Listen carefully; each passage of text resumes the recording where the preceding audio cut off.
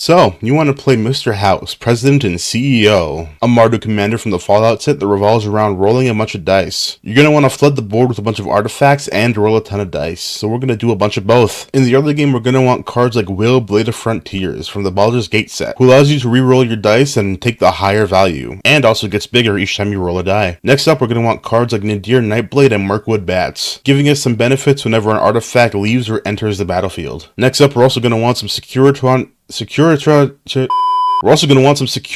Squadrons, an artifact creature that can be copied any number of times with its squad ability, which makes all of your creature tokens enter with an extra +1/+1 counter on it. In the mid game, we're going to want some repeatable ways to roll dice, especially d20s. Hoarding Ogre lets you roll a d20 whenever you attack and can make you up to 3 treasure tokens. Prime Novelist gets bigger and makes you a red mana each time you sacrifice an artifact, effectively doubling the mana you get from treasures. You're also going to want some control cards like Arcbound Condor, that gives the creature -1/-1 whenever any artifact enters the battlefield under your control. With Dr. House alone, this can easily get rid of some smaller creatures, and with all of your extra treasure generation, can get rid of even bigger ones. Now for the late game. Normally, I would just tell you to bring the entire Ancient Dragon set, but those cards can be anywhere from $20 to $100, so don't. We do have some cheaper finishers like Marionette Master, where whenever an artifact you control leaves the battlefield from the graveyard, target opponent loses life equal to its power. If you have a bunch of treasures laying around, you can very easily start draining enemies for a lot of their health. Next up, we're going to want Delina Wildmage, another repeatable d20 roller that can make you attacking tokens of your biggest creatures. With enough d20 rerolls, you can eventually do this infinitely. And of course, the classic win con for any token deck, beating the crap out of everybody. So you're going to want cards like Inspiring Leader or other board-wide anthems that can make your creature tokens even bigger. For some extra support cards, you're going to want Barbarian Class, which also allows you to reroll all of your d20s, makes your creatures bigger for each die you roll, and can give your creatures haste. Steel Overseer also makes your wide token army a little bit taller, as long as they're all artifacts. And of course, you're going to want Jan Janssen, who goes infinite with a ham sandwich, so you might as well put him in every artifact deck you have. And no, don't put attractions in this deck. They're bad. Don't even bother.